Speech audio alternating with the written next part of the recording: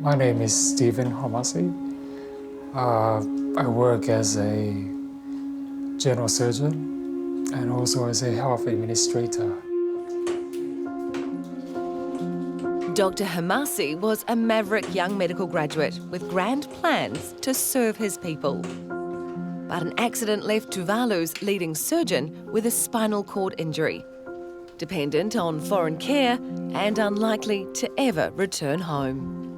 As a patient myself, I know the suffering that I'm going through, and I don't think anyone else can tell me that I'm not suffering when I'm actually having a problem. As a clinician, I know I've treated many patients. I know what they need.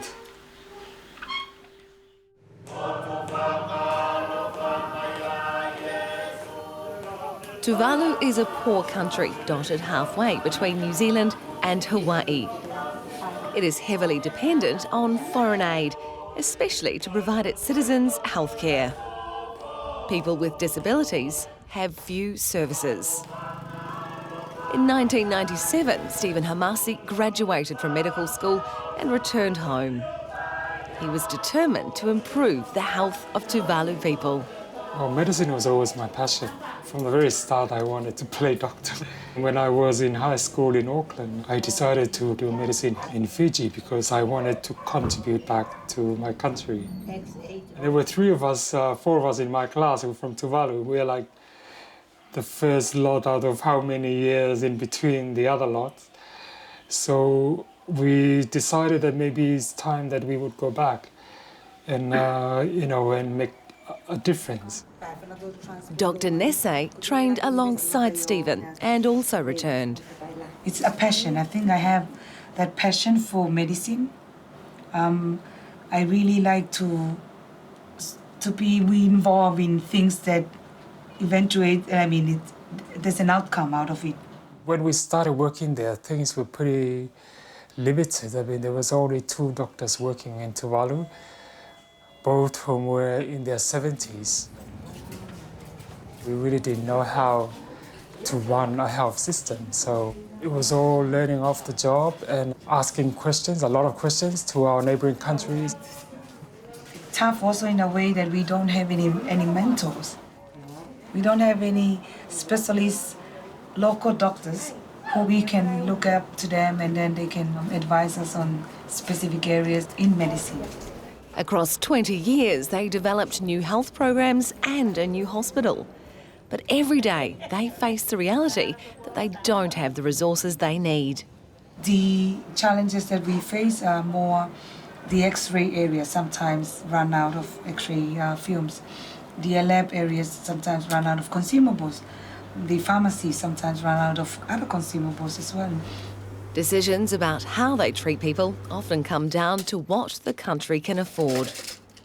Well, health budgets in general in the islands are pretty small. You put somebody on insulin, if they take the insulin regularly, they could blow the budget, the health budget. I mean, that's the size of it. So someone with a disability, for example, that's a tall order, just in terms of the equipment needs and the care and so on. It's a huge cost. In December 2013, Dr. Homasi was celebrating the end of a long year. He'd packed up and gone home, planning to meet some friends for a drink. It was just a typical Saturday afternoon. I went out with my friends to a local bar. We've never been there before. Okay, this is where Dr. Stephen came before Christmas last year with a friend. They were just sitting on one of those tables, those party tables. It was one of these picnic benches, with a 2-seater on, connected to the table. And we sat down. It was not even 5 minutes. 2 of my buddies on the other side, there were 4 of us, stood up. The friend stood up and sort of the table, it was unbalanced, so he just tripped over and he fell on his back. He's not the only one that fell Even the other friend fell, like both of them fell, but Steve fell like right on his back. It wasn't that high, to be honest, but the impact was quite significant. Kind of hit me right at the back, at the spine area, just below my neck. When the friend was trying to lift him up and say, don't lift me, just let me lie like this. And please, can you call Dr. Nesse to come and see me? Because he felt like something is really wrong, because all of a sudden he felt all numbness of his body. When I first saw him, he was just lying down with someone, one of his friends, holding his neck, and his head. And I said, what's going on? He said, Nesse, just check me. I can't feel anything. I could not feel my entire body from the shoulders down.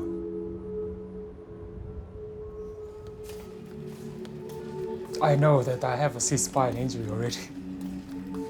They took me straight across the hospital to the intensive care unit and get the x-rays done. I was thinking, okay, will I be dying in the next few minutes or not? I remember everything. Everybody was in shock. I think it was difficult for them to react in their role as doctors, because now they're dealing with me, as their patient. I was telling my colleague, if my vital signs drop, not to resuscitate me at all. My entire outlook was really, to me at that time, was completely grim. Like, I just didn't want to live at that time. Stephen had a high-level spinal cord injury. He couldn't be treated in Tuvalu. The government needed to decide whether he'd be sent offshore or not be treated at all. No, we have to make serious decisions because we have limited money to pay for these referrals. So there is a committee.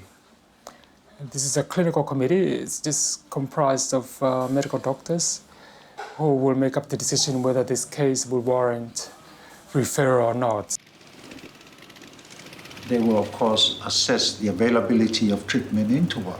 And if there is none, only if, based on the prognosis of the cases, they regard that it's treatable, the chances of recovery is high, then they put the recommendation to the Minister of Health. And the Minister for Health is the final authority to authorize medical treatment overseas.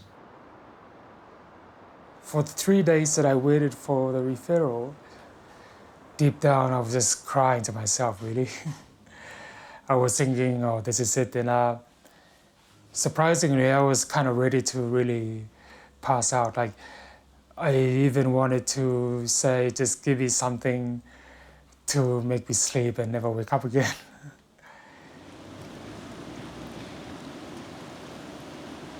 Every time I pass, I just don't want to look this side because it keeps reminding me of Steve's accident. And I hope that I can wind back the clock.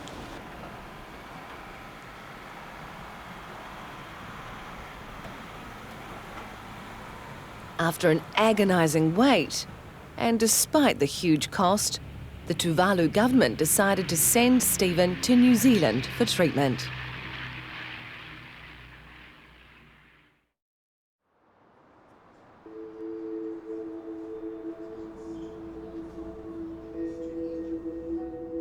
In Stephen's case, he had an unstable fracture that needed to be stabilised urgently, so he came to Middlemore for surgery, and then it was thought that he would need an intensive period of spinal rehabilitation following that, and so he was referred to us. So our understanding is that that kind of service isn't available in Tuvalu, and that's why he was referred to us. The spinal injury has left him paralysed from the neck down. And Stephen's experiencing problems beyond not being able to walk. His bladder and bowel are causing major issues. Tummy's kind of playing up right now. Normally if it's a good day, if the bowels go well in the mornings, I should have a good day. Like I said, the bowels plays a major part in this process. It doesn't go well in the morning when you are heading for a horrible day. Now Stephen's completely dependent on others. His parents have flown in to learn how to care for him. Stephen has struggled to adjust as he went from doctor to patient. Doctors makes the worst patients, right? We must also think about the people who care for you. And these are my parents, and the fact is my parents are approaching their 70s, so pretty nasty to have them do all this stuff for me.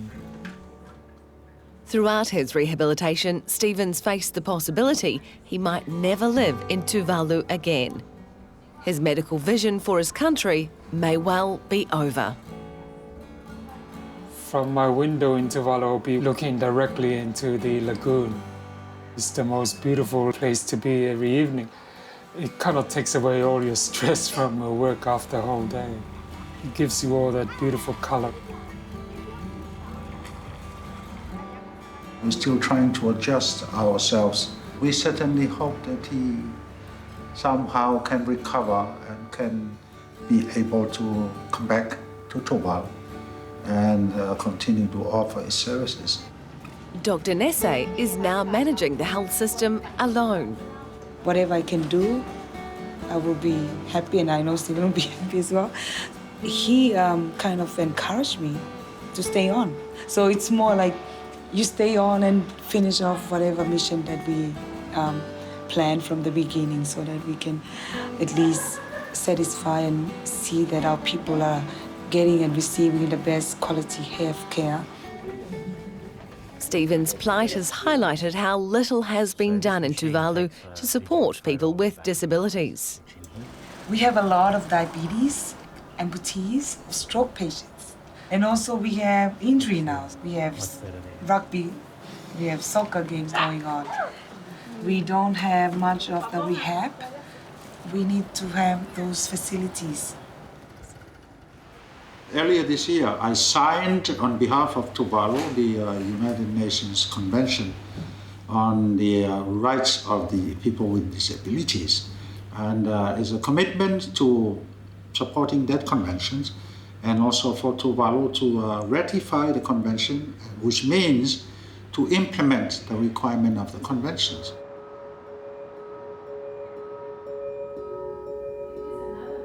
Now, at home we don't have these fancy walkers. We have the basic ones without the wheels. There's usually just a couple of them. We don't have this much available. You can see they've got hoists like this everywhere in this hospital. In Tuvalu, we don't even have one hoist. Stephen's slowly learning new skills through a rehabilitation program at the Auckland Spinal Unit. Why don't you tell me if there's anything that you need me to help with, if you need me to help stabilise your hand or anything?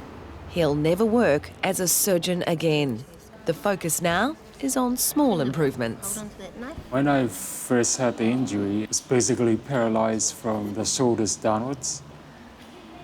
And I couldn't move anything, both my upper arms, the entire body, including the lower limbs. I couldn't feel anything from neck down. But it's been 3 months now since my surgery. So you can see now my left side is actually better than the right. I can pretty much move the entire left arm. The left leg is good. You can see that, moving that as well. So looks like the last 2 months has been really good. We really want to go back home, but we have to get him to cure enough. No, to me, I want to see him walk. That's what we have in mind. Stephen's spinal injury is incomplete. There's a chance some feeling will return. The longer he stays at the spinal unit, the more he improves. But he'll be forced to leave when the funding from Tuvalu runs out. It depends also in our government. Everything it depends on financial. If they got enough money, it depends. I suppose one of the The biggest challenge is that we've been given a set amount of money that we can actually use for equipment. So the occupational therapist and physiotherapist have been looking at what his equipment needs are and trying to work with Stephen to choose some equipment that is going to last. And you'll look at gradual return to work, won't you? Yeah. And maybe looking at different tasks. That, Absolutely. You know, I mean, it may not be the full force that I used to do, but I can still contribute somehow to the health system back home. I think we've got high hopes for Stephen in the fact that before his spinal cord injury he'd achieved so much, and we really think now that he's had this life change that he's going to go back and keep achieving more, because he's got this like a new opportunity really to achieve more in a different way, but to still achieve, and we really think that he'll do that. Just feeling a bit tired after the trip, yeah. I suppose some of the challenges might be around who's going to help Stephen. That's one of the things that we've been focused on at the moment is educating Stephen about his cares. So if Stephen's confident with his cares and can direct people, then he'll be able to train people when he gets home to kind of help with that. Most of the time I do it myself because Mom also is not, he hasn't got a lot of power, no strength. So I said, well, I'll do it all. Stephen's funding has run out, but he still needs services like physiotherapy, so he's moving to Fiji, where it's cheaper. I'm basically going to live with my sister over there. It's an issue of the services that is available. We can't stay here because it's way too expensive, but we can get sort of, not exactly the same, but some service for a much cheaper price in Fiji. But I'm taking some of the essentials, like the hoist and my power chair. The rest of the stuff will come later on.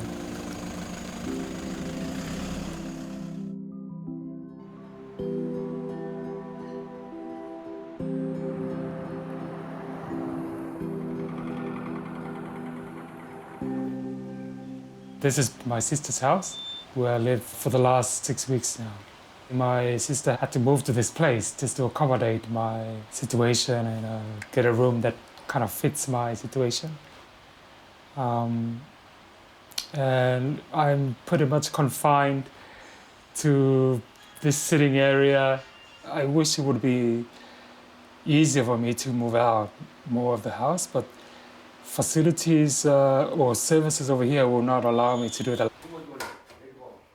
Stephen's parents are living with him in Fiji to give him round-the-clock care. Before, I wasn't able to eat on my own. I had to get someone to feed me, but now I can. Once the food is prepared, then I can eat myself. I think he's really developing slowly, day after day. But I know it will take time.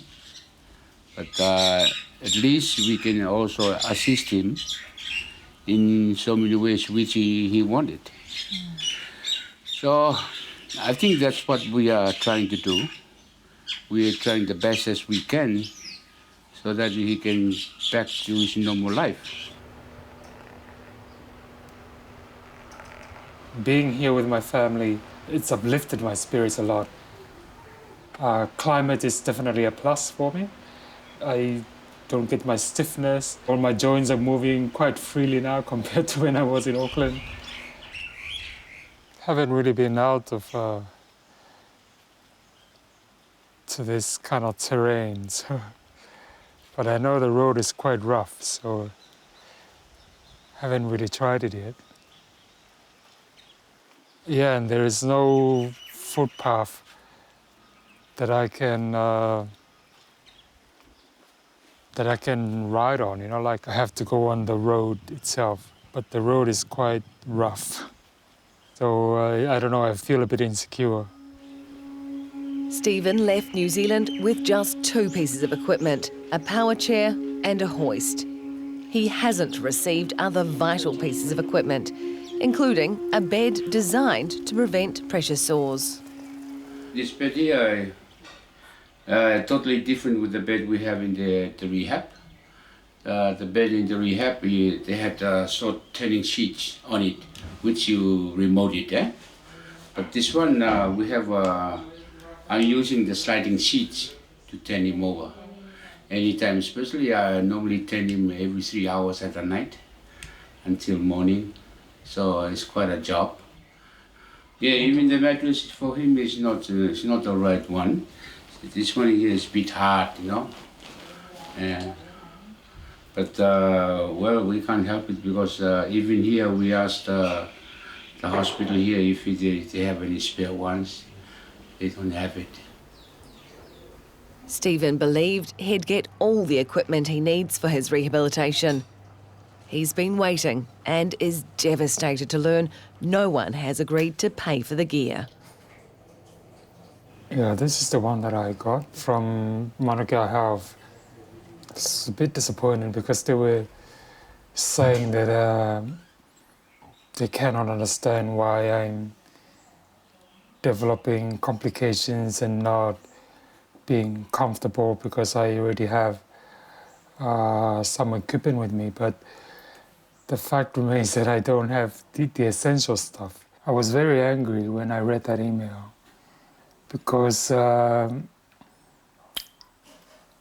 as a patient myself, I know of the suffering that I'm going through, and I don't think anyone else can tell me that I'm not suffering when I'm actually having a problem. And secondly, because I'm a clinician, I know exactly how this works. So it's like a slap on my face when people write to me that kind of email and say, oh, you know, you don't need this, don't need this.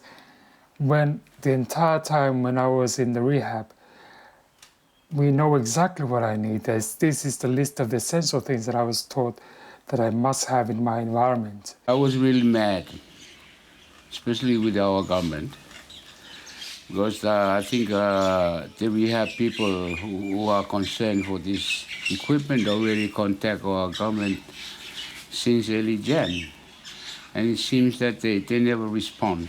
I just have to make do with what my family bought.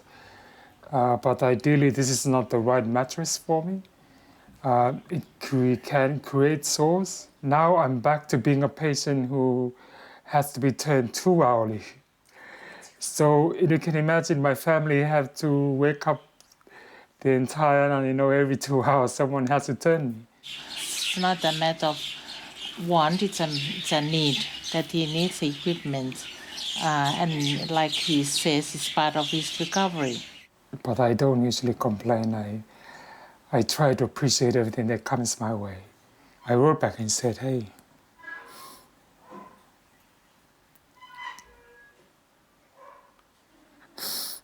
sorry.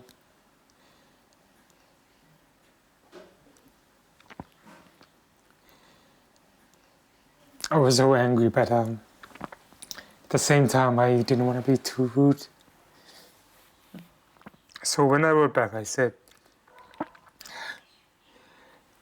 I don't think anyone has a right to tell me if I'm comfortable or not. I'm the one who feels it.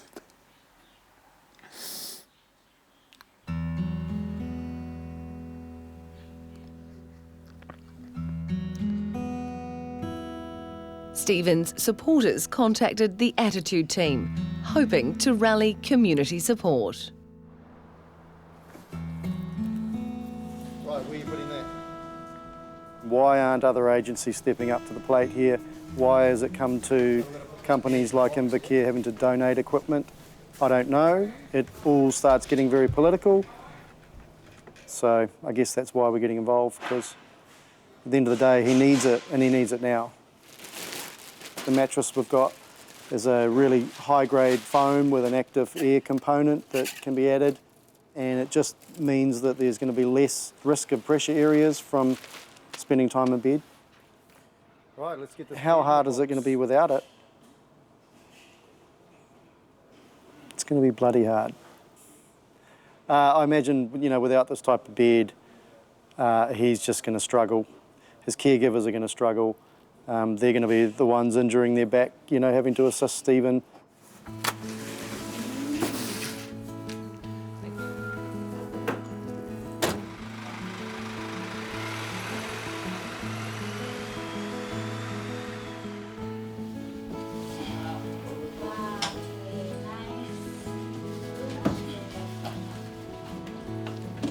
Well, this is it. This is the proper one. The soft one. Yeah, the soft one, so it doesn't give me that a lot of pain when I sit on the commode for a bit longer. My entire family knows how much I've been frustrated without this essential stuff. So I think this is a real boost for all of us.